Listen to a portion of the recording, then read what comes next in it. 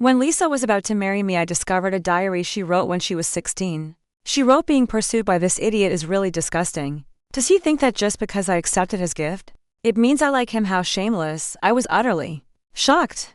I had thought that her agreeing to my pursuit was a mutual affection leading to a happy ending. But in the end, it was all just a lie. Chapter 1. The summer night had a hint of coolness. Lisa didn't say a word when she stepped into the house. I took off my coat and sat down beside her. Sarah handed me a cup of tea, signaling for me to relax. She turned to Lisa and said, "You and James have been together for 7 years. If you don't want to marry him, just break up with him already. The house is bought, the furniture is all in place, and you've been silent for so long. Do you want to get married or not?" James not urging you is because he's patient, not an excuse for your selfishness. Sarah's face turned red with anger. She paused for a moment and continued, "Why aren't you speaking?" I quickly reassured her. "It's fine, Sarah, really, there's no rush." She sighed and turned her head. "How can it be no rush? This girl is stringing you along and it's just too much. I really don't understand. What is she trying to do?" Lisa, fidgeting with her nails, kept a cold expression throughout, only lifting her head in defiance after Sarah finished speaking and said, "Fine, I'll marry him. You can arrange it however you want." She stood up, stomped out the stairs in her high heels, and didn't even glance at me once. My heart tightened and I lowered my head to say a few words to Sarah, before quickly running upstairs after her. From the bathroom, the sound of water running echoed. Lisa was taking a shower. I sat on the bed absent-mindedly, staring at the floor. I tried to keep my tone calm as I asked, "Do you not want to get married?" The sound of water was too loud. She didn't hear me. Turning off the water, she opened the door, wrapped in a bathrobe. She asked, "What did you say?" Her hair was damp, and she hadn't even had time to dry off. Water droplets slid from her bright almond-shaped eyes down to her collarbones. I felt a little awkward and didn't know what to say. She said, "Close your eyes." With a cold snort, she grabbed some clothes from the chair. I nodded without looking at her. It wasn't until she handed me the hairdryer and said, "Get dressed. You can open your eyes now," that I slowly opened my eyes. She was fully dressed, sitting beside me, asking, "What do you want to say?" I sighed, and while drying her hair said, "Do you not want to get married?" She shook her head. "No. That's not it. Don't think that." But I knew she was lying. She didn't want to marry me at all. I wanted to suggest that we postpone the wedding, or say I wasn't in a hurry, but the words got stuck in my throat and I couldn't say them.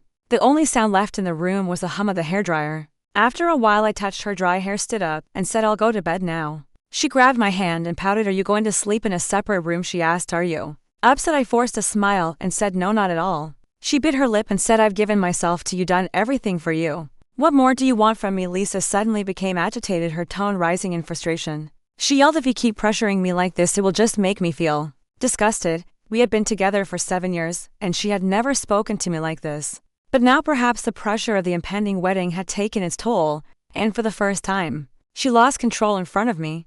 I froze, feeling for a moment like a fool. She didn't look at me again, opened the door and left. Only the faint scent of her shower lingered in the air, reminding me of what had just happened.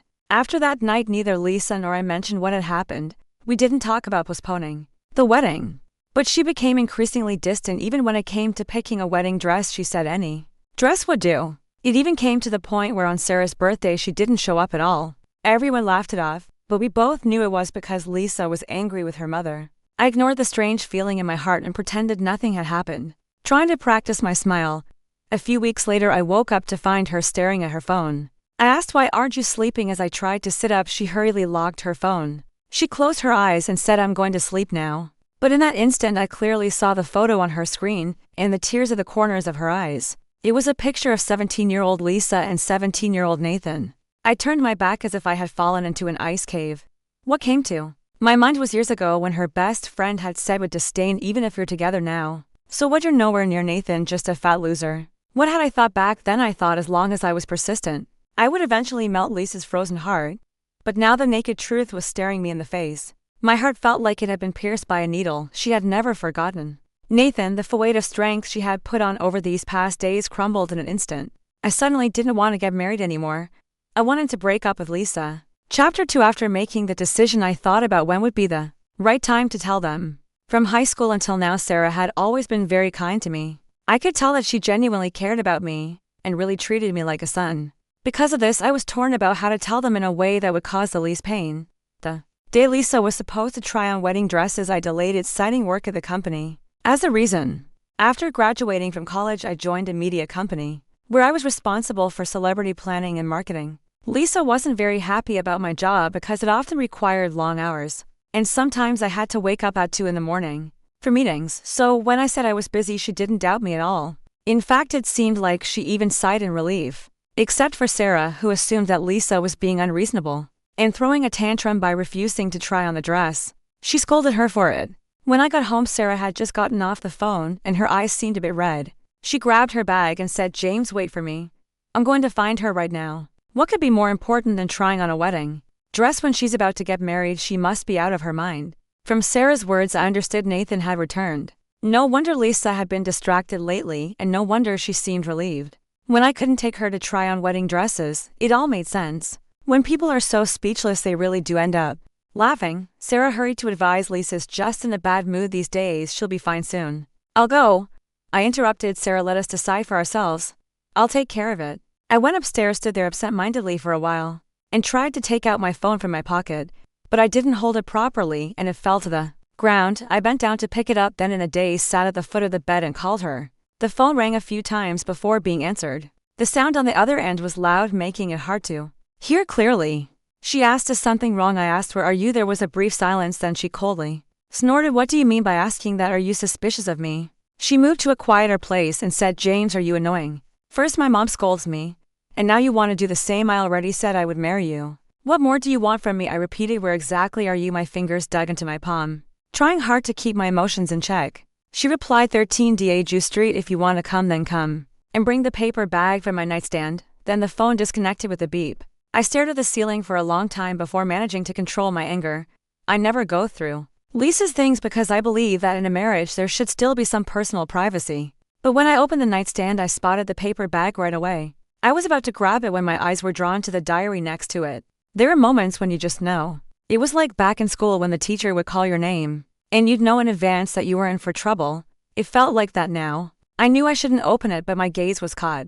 When I opened the diary, I couldn't help but hold my breath. The first entry read, August 29, 2015. "A new person came to the house today. My parents said he's into sports, and he's going to live with us. He always smells of sweat, which is really annoying.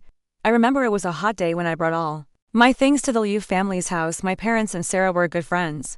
That year, one joined the provincial team, and they helped me transfer schools for easier training. When I arrived at the Liu's, Lisa was the first to enter the door. She was wearing a clean white dress, her gentle features radiating a calm elegance. She smiled at me, led me into the room, then turned and asked, "I'm Lisa, what's your name?" "James." She nodded and handed me a bag of snacks, saying, "These are from me and my mom. If you need anything, just let us know. We're here to help." She was so kind and cute back then. As I stood there awkward and shy watching her smile, it felt like a soft seed had been planted in my heart. I never imagined that this was how she saw me at the time. Another entry read, November 5, 2015. "I always felt like his gaze on me was strange. Could it be that he really likes me? He even gave me a birthday gift, a wooden cat carving he made himself. Olivia asked for it, so I gave it to her." I felt a shiver down my spine. January 3, 2016. "I hate how they joke about us." March 7, 2016. "He really confessed to me. How embarrassing. Does he really think he's a male protagonist in some novel? How long until he moves out?" My hand trembled as I turned the pages of the diary. When I first arrived in biking, I had no friends. There was no one at school who wanted to hang out with me except for a few fellow athletes. Most of the time I was alone. But Lisa would often come to find me. She would introduce me to others as her brother listened to my troubles. When I was upset and bandaged my wounds when I was hurt, it was completely normal to like Lisa. So even when I realized she didn't love me, even when I decided to part ways with her, I never regretted having liked her when I was younger. When I was a teenager, I didn't have much money, so I tried to make a cat carving with the little skills I had learned from others. I spent weeks on it, ruined several blocks of wood, and got a lot of cuts on my fingers before finally finishing it. When I gave it to her at the party, all eyes turned to me. I felt embarrassed and was about to take it back. But Lisa already took *, even placed it back in the gift box. She said, "Thank you, I really like it." I thought she really liked it, so even when her friend Olivia mocked me for being a loser, I didn't mind. I never cared about what others thought of me. My dad once said that your mood should only be shared with the people who matter most to you. Lisa liked it.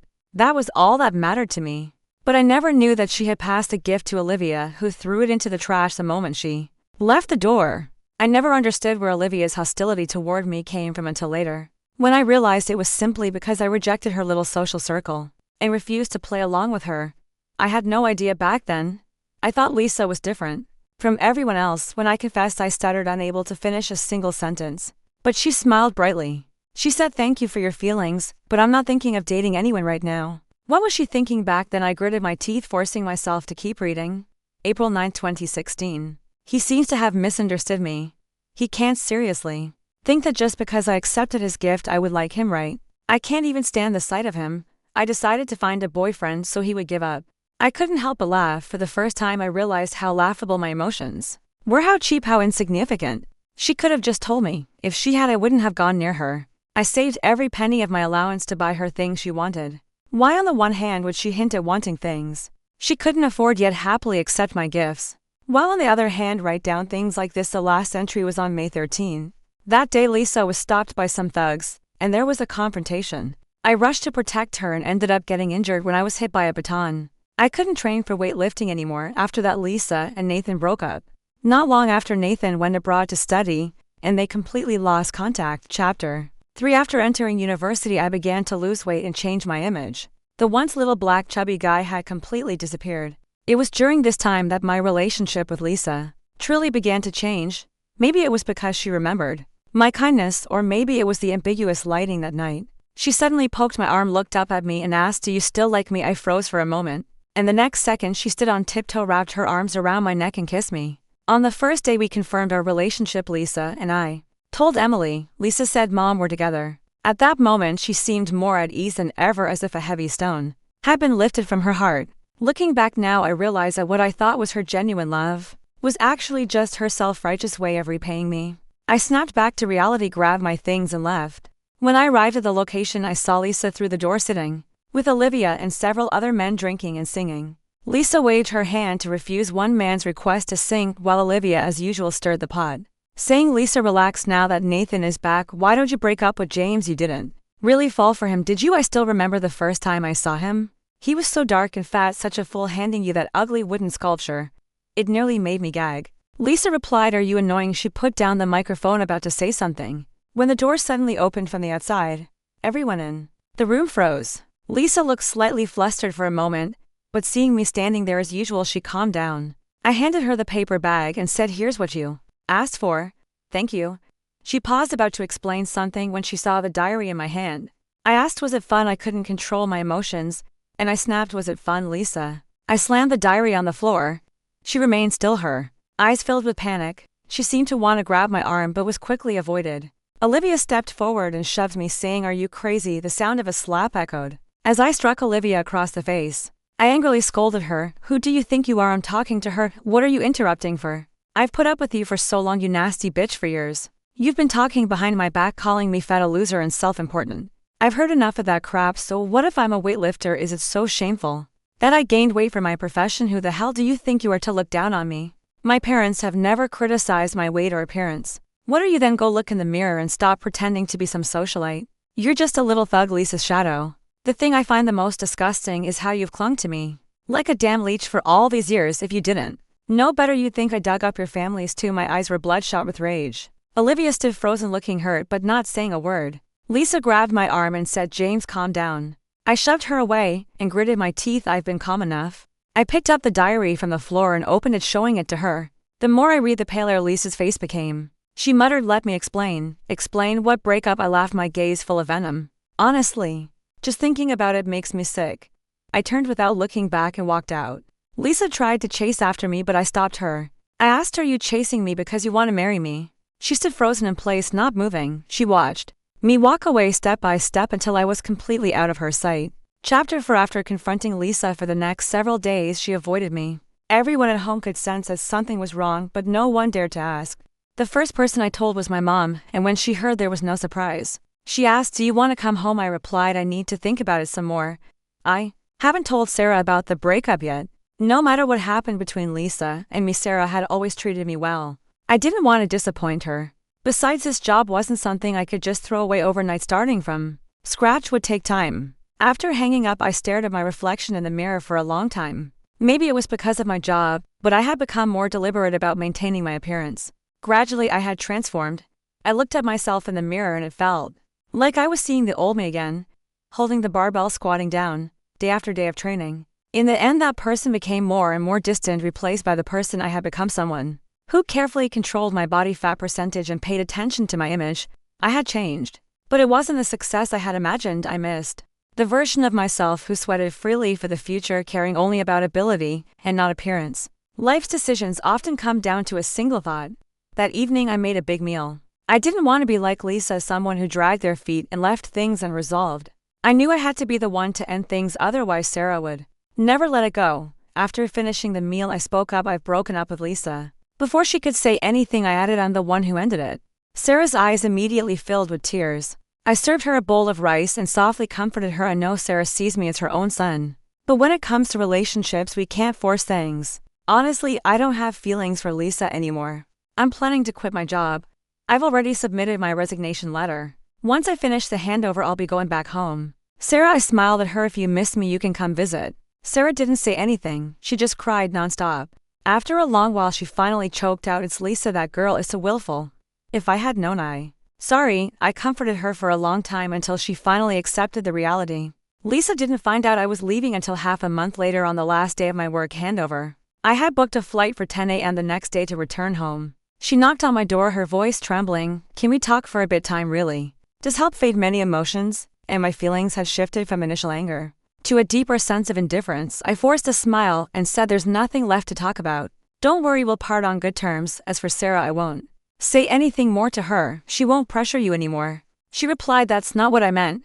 I opened the door. Lisa met my gaze, a look of melancholy on her face. She seemed to have not slept well for some time, her exhaustion showing clearly. She asked, what time is your flight tomorrow? Can I come with you? Up to you. With that, I shut the door. The next day, Lisa and I went to the airport together. I agreed because, well, it would be the last time. Even for Sarah's sake, I didn't want things to get too awkward. After getting out of the car, I grabbed my luggage and was about to leave. She instinctively grabbed the handle. We tugged at it for a while, and I lost patience, my eyes cold. She lowered her gaze in guilt and slowly released her grip. She said, don't forget to keep in touch. I scoffed and walked away without looking back. Before boarding the plane, the first thing I did was block Lisa's number. Cutting ties completely was the best outcome for us. Chapter 5. After returning home, the first thing I did was sleep for 3 days and nights straight. My hometown is nothing like the big city. Its pace is always slow, so slow. After the wedding was called off, no one but my relatives asked too many questions. They just kept telling me to go out and take a walk when I had nothing to do. A few weeks later, my relatives started pushing for blind dates. My mom, amused and helpless, talked them out of it after some effort. Over the years, I had saved up quite a bit of money, around $300,000 in total. I put most of it in long-term savings with a small portion invested. One of my high school classmates, David, was planning to start a social media business. When he heard I was back, he insisted on bringing me on board. His idea was to create a street interview show. To put it simply, he said, we'll randomly interview strangers. If they want to make friends, they can write down their traits on a piece of paper, and we'll pass it on to the next person. If they feel it's a match, we'll arrange a meeting. I had already been thinking about what to do next, so when I heard David's idea, it clicked. I transferred $50,000 to startup capital for our business. David was ecstatic. We're going to make it big, I just know it. I felt a bit helpless but also excited. Maybe it was because a new life was right in front of me. Whether it succeeded or failed, I was thrilled by the new scenery and possibilities that awaited me. After preparing to start our social media venture, we began planning the first shoot. Our first location was the University District *, where we randomly grabbed a few passersby. But the response was lukewarm. So we decided to try filming at a primary school. This time it went much smoother. There's always less tension when working with younger kids. After the shoot, we planned to grab a bite.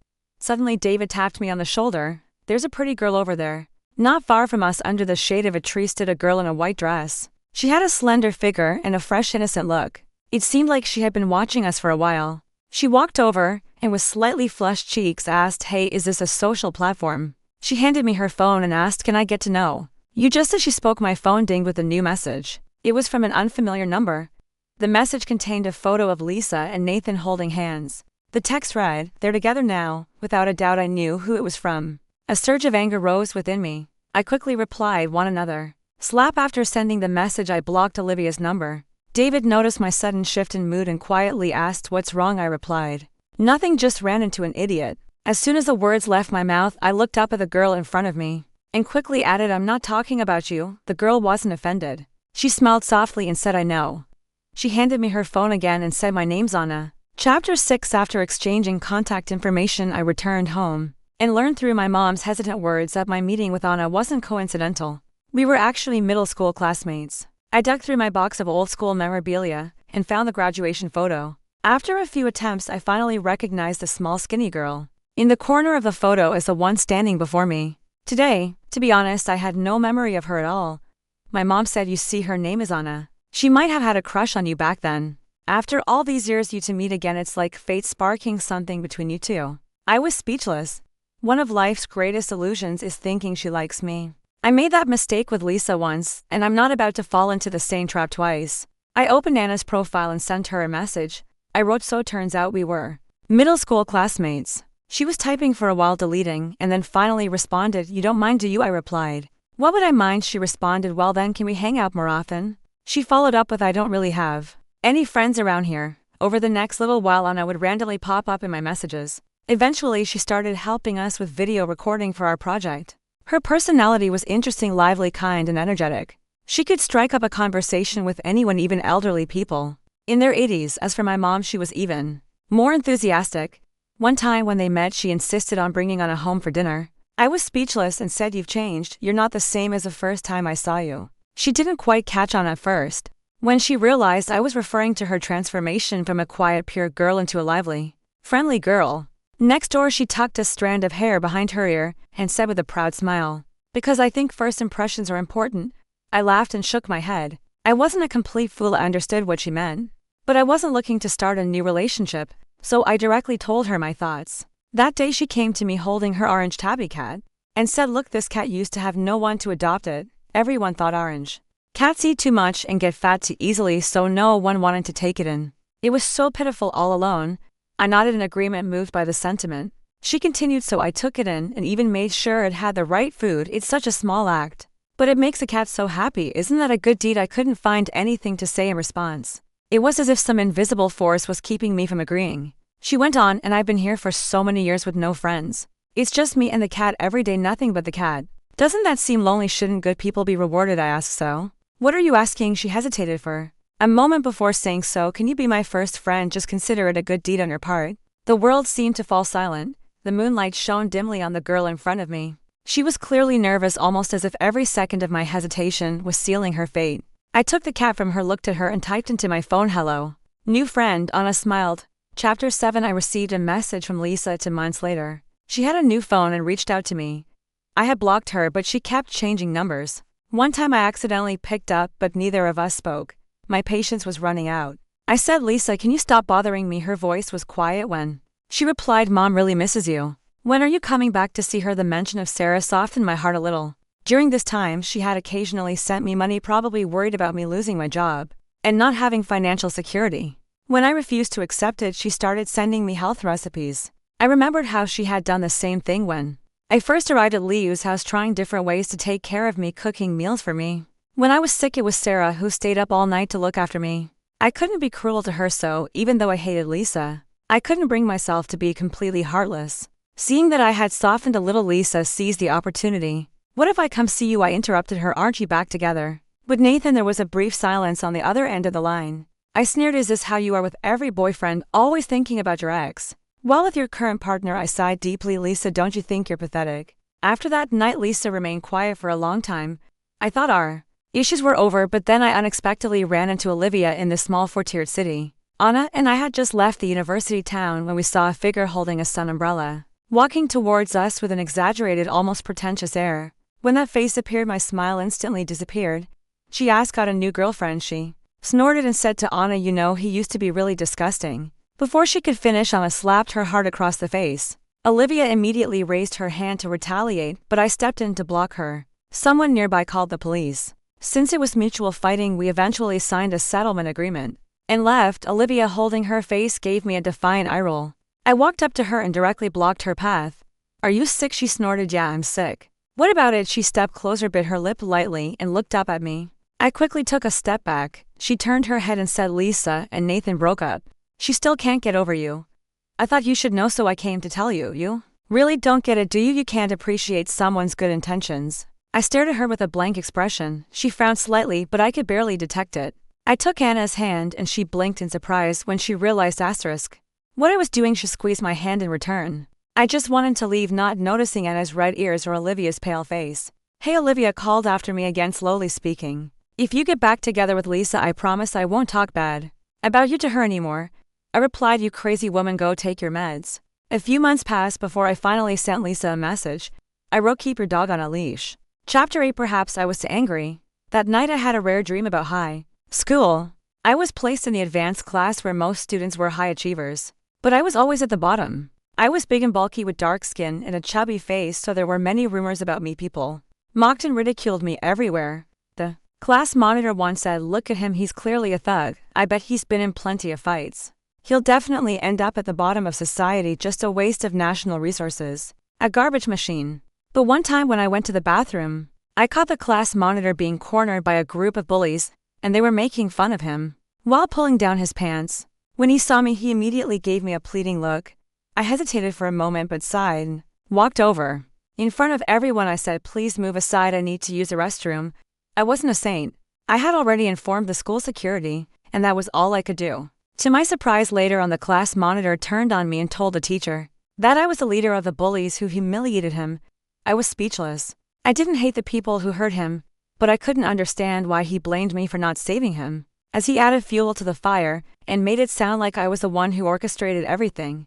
The headmaster was about to give in. Just then Lisa and the security guard showed up in the office. She spoke with such precision, demanding that he provide evidence it was me, and then had the security guard restore the events. She even calmly argued with the headmaster, saying, you all owe James an apology. If the school dares to suspend James, we'll report this to the authorities and make sure no one gets away with it. She flicked her ponytail and grabbed my hand with a flourish, pulling me out of the office. As I watched her lively ponytail bounce, the sunlight that day seemed to carry a faint scent of fresh grass. It was a feeling of infatuation that came completely unexpectedly. When I woke up, I felt a wave of heat rushing through my chest. It was only 2 a.m. I got up and poured myself a glass of water, and just as I was about to sit back down, I heard a noise outside my door. I opened the door to find Lisa standing there, looking exhausted, leaning against the wall. The cold wind had tousled her hair, and her face was pale. She looked like she had lost weight. When she saw me, her unfocused gaze gradually cleared, but the next second the door shut. I lay back in bed, and my phone buzzed with a new message from her. She wrote, I'm sorry about Olivia.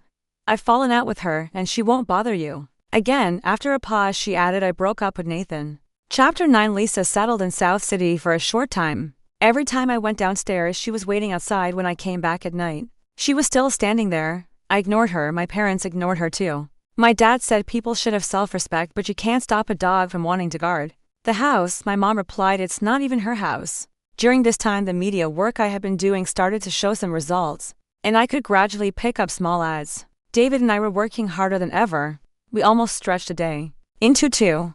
I was running around in a frenzy, racking my brain for new ideas. But as the saying goes, when happiness peaks, disaster follows. I didn't see the road clearly and was grazed by a car. David supported me and asked, are you okay? Anna had already darted off like the wind. She came back holding a big bag of medicine, and David teased her about it. Her breath still hadn't settled, but her sparkling eyes were on me. Is it okay? I frowned and asked what she said. Let me bandage it for you. In the end, I didn't let Anna help.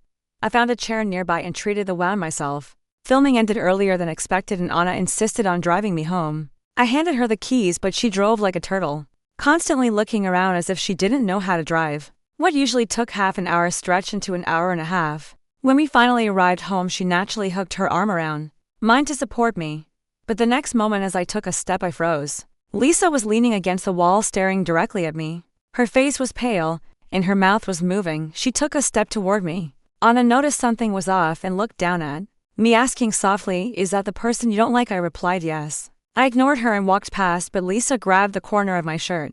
My gaze turned cold as I looked at her. She snapped back to her senses and let go of my shirt. She looked down at my foot and asked, have you put on the medicine? I responded with nothing but silence. The door shut in her face once again, like all the countless times before. No response. After closing the door, the sound of sizzling in the kitchen came from the other room. My mom's eyes lit up when she saw Anna. She said, Anna, stay for dinner. Anna hesitated and glanced at me. I nodded and said, don't be shy. It's rare for my mom to be so enthusiastic. You'll have to eat a lot. She smiled happily, a hint of dimples at the corners of her mouth. I asked her, aren't you curious who she is? She said, I guessed. But it's not important. She leaned in closer and whispered, if you don't like her, then she's not important. After dinner, it was already 9 o'clock, the moon had risen, I saw her off downstairs. As soon as I opened the door, my mom's smile faded. She said, "It's a bit scary standing here so late." Anna looked at Lisa and gave a knowing smile, saying, "Goodbye, Sarah." After sending her out, I reminded Anna to call me when she got home. But then Anna pressed close to me and said, looking pitiful, "Can I have a hug?" Like just a normal friend's hug, I nodded and gave her a gentle hug. But in the next moment, Anna was pulled away. Lisa yanked her, raising her hand as if to slap her. I gritted my teeth and shouted, "Lisa!" She froze, her eyes reddened.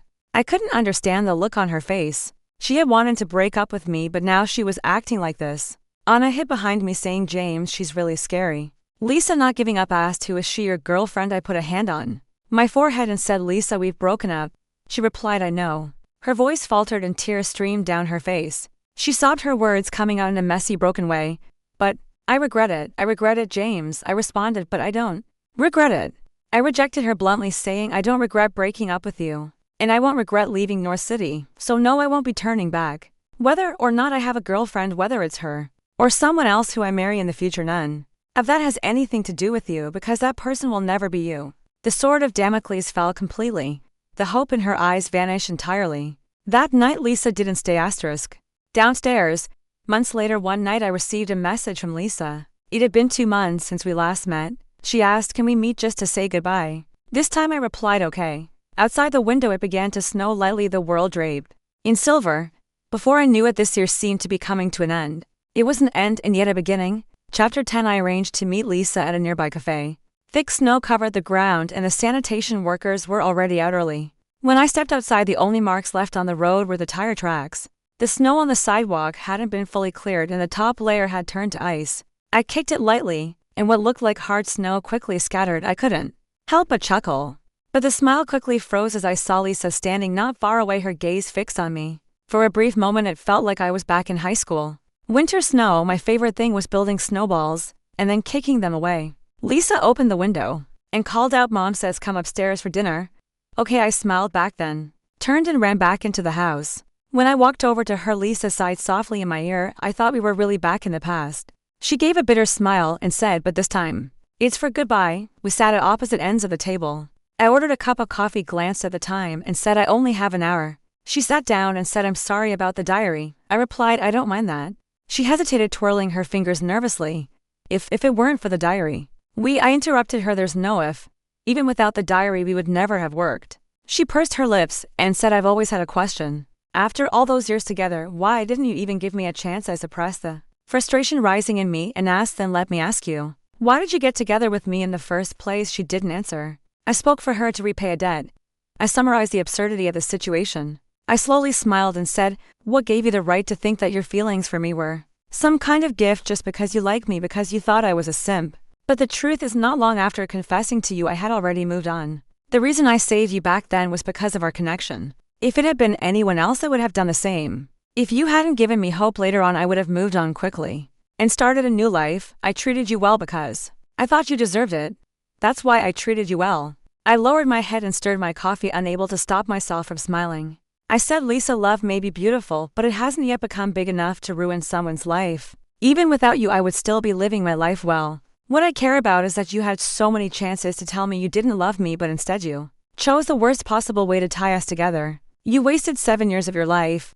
You wasted mine too." Lisa suddenly stood up, her eyes full of panic, trying to explain, but not knowing where to start. She closed her eyes, her tear-filled eyes looking down.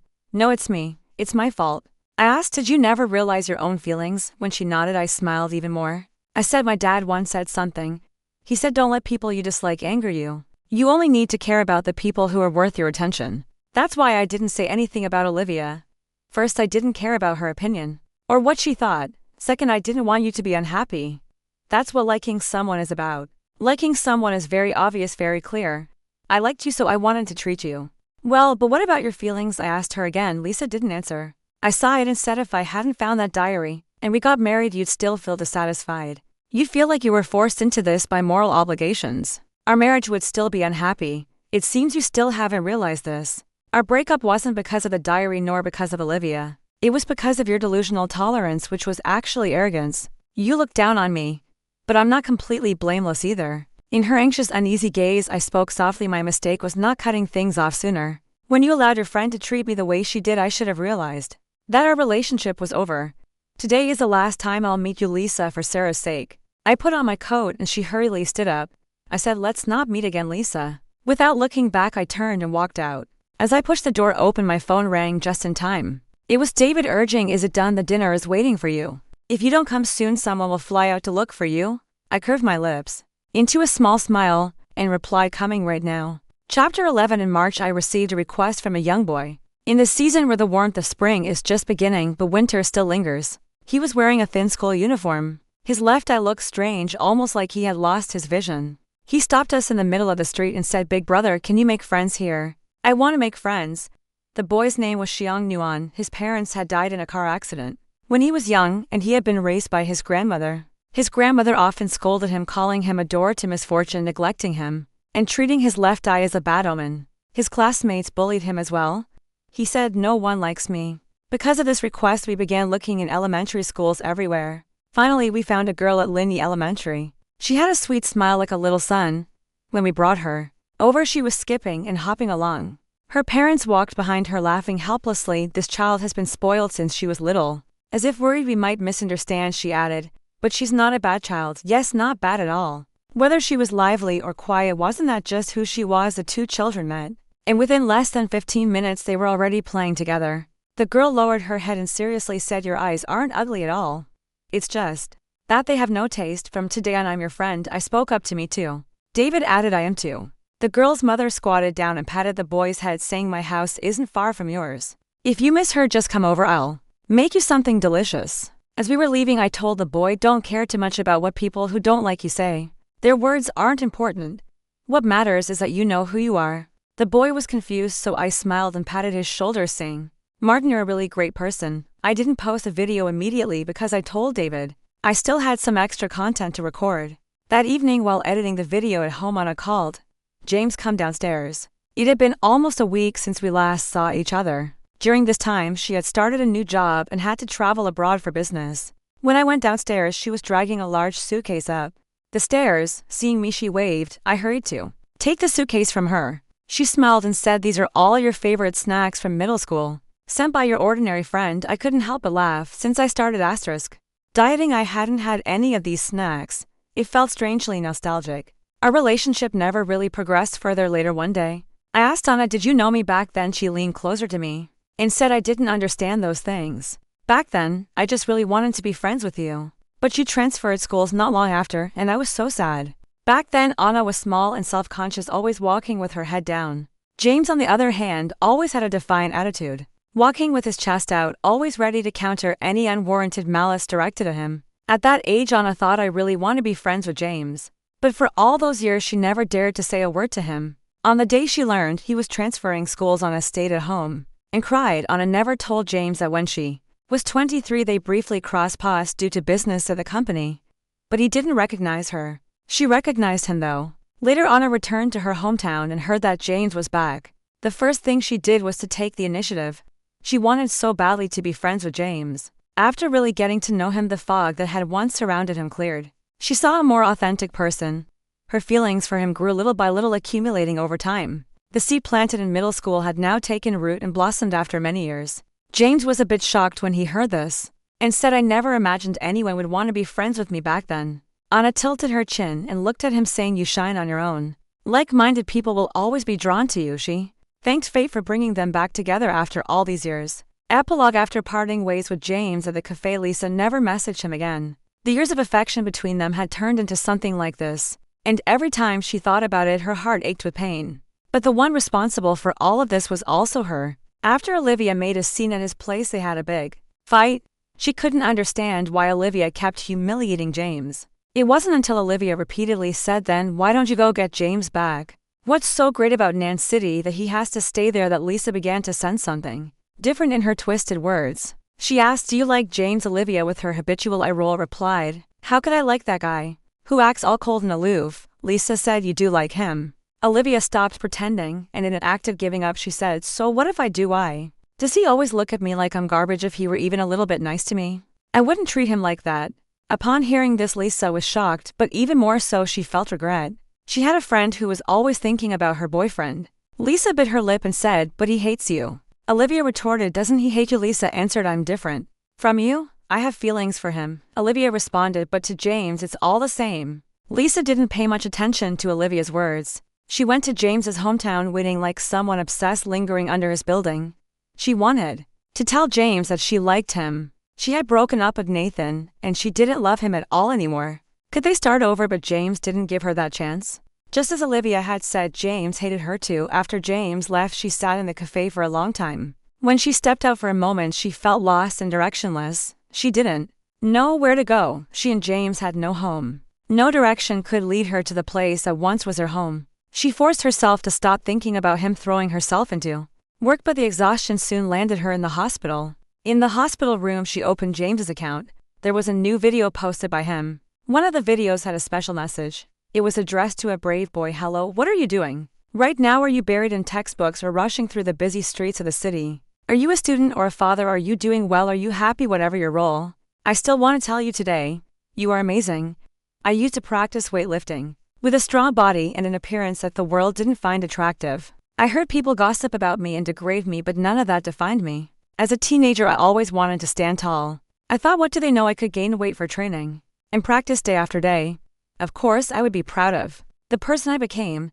Likewise, I hope that you, the person watching this, are proud of yourself. After university, I worked in a big company in marketing. I struggled with the decision to quit, but eventually I chose to leave. I returned to my hometown and decided to take it easy for a while. I am lucky. And it was during this time that I suddenly realized that life's margin for error is much larger than I imagined. When you realize you've taken the wrong path, it's okay to turn around. Rather than stubbornly walking into a dead end, making a new choice is more important. Of course, it's also okay if you don't turn around, because maybe the next moment will bring a pleasant surprise. Brave boy. I hope you're proud of yourself. I hope you learn to love yourself, just like I do. I'm very satisfied with who I am. Lisa watched the video over and over again, almost as if torturing herself. The pain in her heart became clearer and sharper. She remembered the cold, indifferent gaze James had given her that day. That night she dreamed. In the dream it was snowing and the boy was making a snowball. She ran over and threw herself into his arms. "James," she whispered. The boy lowered his head, his eyes bright and warm. Lisa said goodbye. In the dream, Lisa said her final farewell to James. In the dream, it was the most beautiful season of life. But in reality, many years had passed and everything had changed. It turned out that long ago she should have said goodbye with dignity. She understood too late. She had let down both her and James's youth.